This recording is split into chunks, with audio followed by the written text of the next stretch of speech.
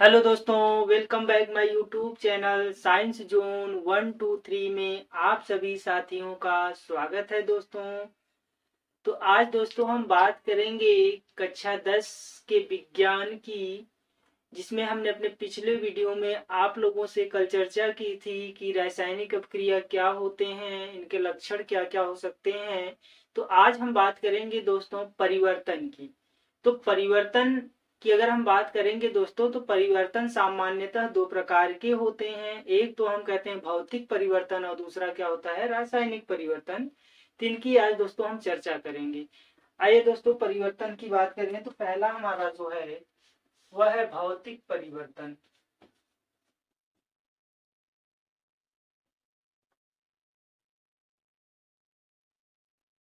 यानी दोस्तों हम उसको बोलते हैं फिजिकल चेंजेज। Physical changes. और दूसरा जो दोस्तों है उसको हम बोलते हैं रासायनिक परिवर्तन।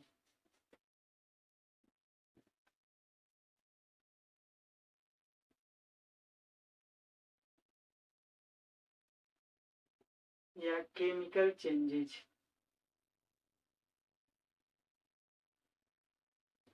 ठीक है दोस्तों, तो दो परिवर्तन होते हैं। पहला तो हमारा जो है कि फिजिकल चेंज है और दूसरा क्या है, केमिकल चेंज है। तो दोस्तों हम फिजिकल चेंज की बात करें या भौतिक परिवर्तन की बात करें,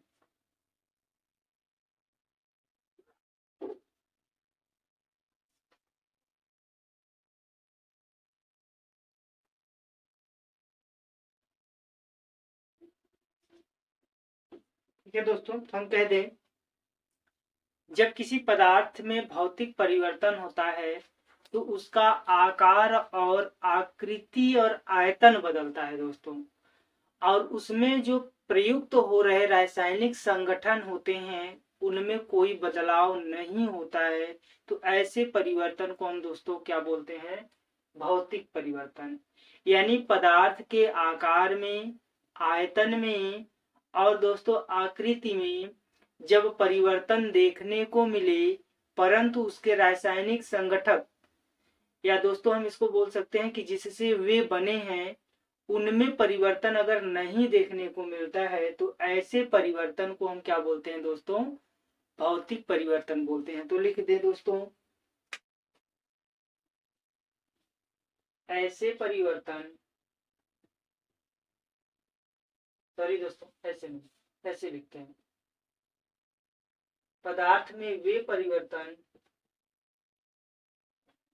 में वे परिवर्तन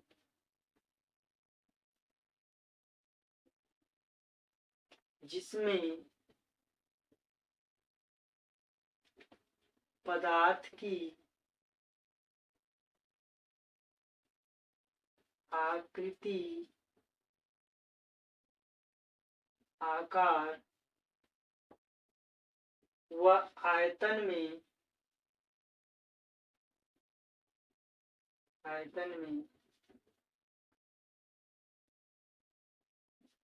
परिवर्तन होता है, परंतु उसके रासायनिक संगठक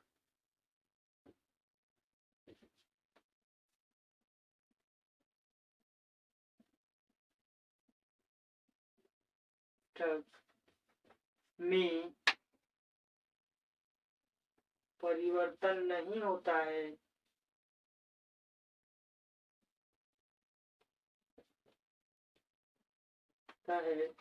उसे भौतिक परिवर्तन कहा जाता है। ठीक है दोस्तों, ये तो हमारी हो गई परिभाषा कि भौतिक परिवर्तन क्या होता है। तो हमने कहा है दोस्तों कि पदार्थ में वे परिवर्तन जिसमें पदार्थ की आकृति बदल जाए, आकार बदल जाए या उसका आयतन बदल जाए, परंतु पदार्थ जो बन रहा है, जिस जिस संगठक से बन रहा है, यानी जिस जिस चीज से वह बन रहा है वह वही रहे, बदले नहीं। तो ऐसे परिवर्तन को हम बोल रहे हैं दोस्तों भौतिक परिवर्तन। क्या बोल रहे हैं? भौतिक परिवर्तन बोल रहे हैं। जैसे उदाहरण की अगर हम बात करें दोस्तों, तो उदाहरण अगर हम ले लेंगे तो ऐसे समझना है हमें कि अगर हम जल की बात करेंगे दोस्तों, तो देखिएगा दोस्तों, ये जल है। सामान्य अवस्था में अगर हम बात करें, सामान्य टेम्परेचर की अगर बात करें, जैसे दोस्तों हम एनटीपी और एसटीपी की बात करते हैं, normal temperature pressure and standard temperature pressure की, तो उस स्थिति में जल जो होता है वह कहीं ना कहीं द्रव की अवस्था में पाया जाता है। ठीक है दोस्तों, तो देखिए हमने जैसा कि परिभाषा सीखा है पीछे अपने वीडियो में कि द्रव किसे कहते हैं, तो हमने कहा था कि जिसका आकार अनिश्चित हो और आयतन निश्चित हो उसे द्रव कहा जाता है। ठीक है दोस्तों, अगर इसी जल को हम क्या करें, जो है कि ताप दें या हीट करें 100 डिग्री सी तक, तो दोस्तों ये जल क्या होता है, जब इतना टेम्परेचर देते हैं हम इसको, तो ये धीरे धीरे वेपराइज होने लगता है, यानी वाष्पित होने लगता है, और कहीं ना कहीं ये गैस के रूप में या हम कहें वाष्प के रूप में परिवर्तित हो जाता है दोस्तों। है तो यही ना, हाइड्रोजन और ऑक्सीजन। तो वाष्पन की अगर हम बात करें तो दोस्तों देखिए ये क्या है, वाष्प के रूप में चेंज हो जा रहा है, तो वाष्प भी एक तरह से हमारा क्या है, जल ही है। ठीक है दोस्तों, अब पुनः अगर इस वाष्प की हम बात करें, तो इस वाष्प को अगर हम पुनः संघनन कर देते हैं दोस्तों, संघनन जैसा कि हम पीछे पदार्थ की अवस्था में परिवर्तन जब आप लोगों को पढ़ाए थे, तो ये बात हमने वहां पे आप लोगों को बताई है कि संघनन, गलनांक, क्वथनांक किसे कहा जाता है दोस्तों, वहां बता दिया गया है। अब हम कह रहे हैं दोस्तों कि वाष्प अगर है, तो अगर कोई वाष्प है, इसको जब हम कूल करते हैं यानी ठंडा करते हैं, तो फिर से ये किस में आ जाता है, जल के रूप में आ जाता है दोस्तों। तो देखिए यहां से अगर हम बात करें, अगर जल है ये, तो जल अगर हम कह रहे हैं कि जल को जैसे ही हम और ठंडा कर देते हैं, यानी इसका टेम्परेचर जब 0 डिग्री सी कर दें, तो दोस्तों यही जो है किसका रूप ले लेता है, बर्फ का या आइस का रूप ले लेता है। तो दोस्तों हम क्या देख रहे हैं, भौतिक परिवर्तन हो रहा है इसमें, कि जल ठोस में भी दिख रहा है हमको, द्रव में भी दिख रहा है और गैस में भी दिख रहा है, ये तीनों अवस्थाओं में हमें नजर आ रहा है दोस्तों। तो यहाँ हम कह रहे हैं कि अब बर्फ में भी हाइड्रोजन और ऑक्सीजन उपस्थित है, वाष्प में भी हाइड्रोजन और ऑक्सीजन उपस्थित है, और जल में भी हाइड्रोजन और ऑक्सीजन उपस्थित है, यानी इसका जो रासायनिक संघटक है जिससे यह बना है वह नहीं बदल रहा है दोस्तों, केवल इसका आकार और इसका आयतन बदल जा रहा है। जैसे दोस्तों अगर हम यहाँ बात करें तो वाष्प एक गैस की भांति व्यवहार करता है, और हम जानते हैं कि गैस की जो परिभाषा होती है उसमें आकार और आयतन दोनों अनिश्चित हो जाते हैं, बदल जाते हैं। और हम कहते हैं दोस्तों जब ठोस होता है तो उसका आकार और आयतन दोनों क्या हो जाता है, निश्चित हो जाता है। तो इस तरीके से दोस्तों हम कह सकते हैं कि इसमें भौतिक परिवर्तन हो रहा है। तो दोस्तों ये हो गया हमारा भौतिक परिवर्तन। ठीक है दोस्तों, इसका आप स्क्रीनशॉट ले लीजिए।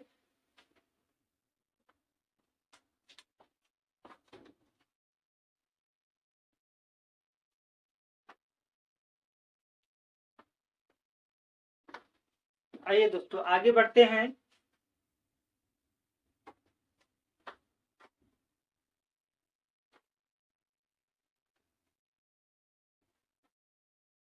अब हम बात करेंगे दोस्तों रासायनिक परिवर्तन की। रासायनिक परिवर्तन क्या होता है, तो दोस्तों देखिए जैसा कि हम कह रहे थे, भौतिक जब परिवर्तन होता है तो उसमें आकार और आयतन बदल जाता है, परंतु पदार्थ क्या रहता है, वही रहता है। ठीक है दोस्तों, तो रासायनिक परिवर्तन में क्या होगा, तो हम कहते हैं कि ऐसा परिवर्तन जिसमें, या हम कहते हैं जिसमें पदार्थ में उपस्थित परमाणुओं की संख्या व परमाणु का जो गुणधर्म होता है अगर वह बदल जाए, तो ऐसे परिवर्तन को हम क्या बोलते हैं दोस्तों, रासायनिक परिवर्तन बोलते हैं। तो हम कहते हैं किसी पदार्थ में उपस्थित परमाणुओं की संख्या या तो पदार्थ में उपस्थित परमाणुओं का गुणधर्म बदल जाए, इसे हम क्या कहते हैं दोस्तों, रासायनिक परिवर्तन कहते हैं। तो लिख दें दोस्तों, ऐसे परिवर्तन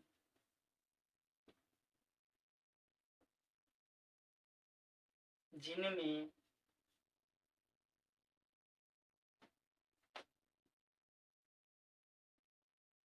पदार्थ में उपस्थित परमाणु की संख्या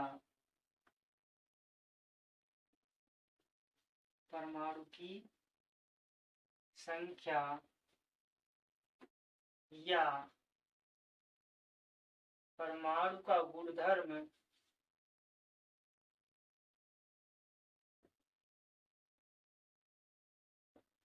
बदल जाए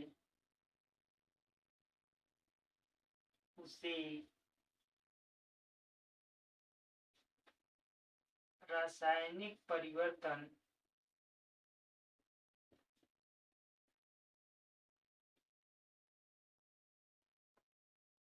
कहा जाता है। या दोस्तों ऐसे भी बोल सकते हैं कि पदार्थ में उपस्थित परमाणुओं के आंतरिक गुण में परिवर्तन हो जाए तब भी उसे हम क्या कहते हैं, रासायनिक परिवर्तन कहते हैं। जैसे दोस्तों अगर हम बात करें H2O का H2O2 यानी हाइड्रोजन पराऑक्साइड के रूप में बदल जाना, तो दोस्तों देखिए यहाँ जल का गुणधर्म दूसरा है और इसका गुणधर्म दूसरा है। तो दोस्तों यहाँ हम क्या देख रहे हैं, हमने लिखा है कि उपस्थित परमाणु की संख्या। जैसे यहाँ अगर हम बात करें तो ऑक्सीजन केवल एक था जल के अंदर, जबकि यहाँ कितनी हो गई, बढ़ गई, तो 2 हो गई। यानी इस ऑक्सीजन में आंतरिक परिवर्तन हुआ और पदार्थ भी हमारा क्या हो गया, बदल गया। तो इस परिवर्तन को हम दोस्तों क्या कहते हैं, रासायनिक परिवर्तन कहते हैं। जैसे दोस्तों अगर हम बात कर लें ऑक्सीजन अणु की, तो इसमें भी इनके आंतरिक परमाणुओं के गुणधर्मों में जब परिवर्तन होता है तो जो है ऑक्सीजन कहीं ना कहीं ओजोन के रूप में बदल जाता है। तो जब दोस्तों ऐसा परिवर्तन देखने को मिले कि हम कह दें या तो परमाणुओं की संख्या बदल जाए या परमाणुओं में जो है कि परमाणुओं की संख्या बदल जा रही है, और या तो हम कहें पदार्थ में उपस्थित परमाणुओं में आंतरिक परिवर्तन हो, तो ऐसे घटना को हम क्या कहते हैं दोस्तों, रासायनिक परिवर्तन कहते हैं। जैसे देखिए दोस्तों जल का हाइड्रोजन पराऑक्साइड में बदल जाना, तो यहाँ हम ऑक्सीजन की बात कर रहे हैं तो ऑक्सीजन की संख्या में भी परिवर्तन देखने को मिल रहा है। यानी हमें ये पता चल रहा है कि दोस्तों ऑक्सीजन में आंतरिक परिवर्तन हो रहा है।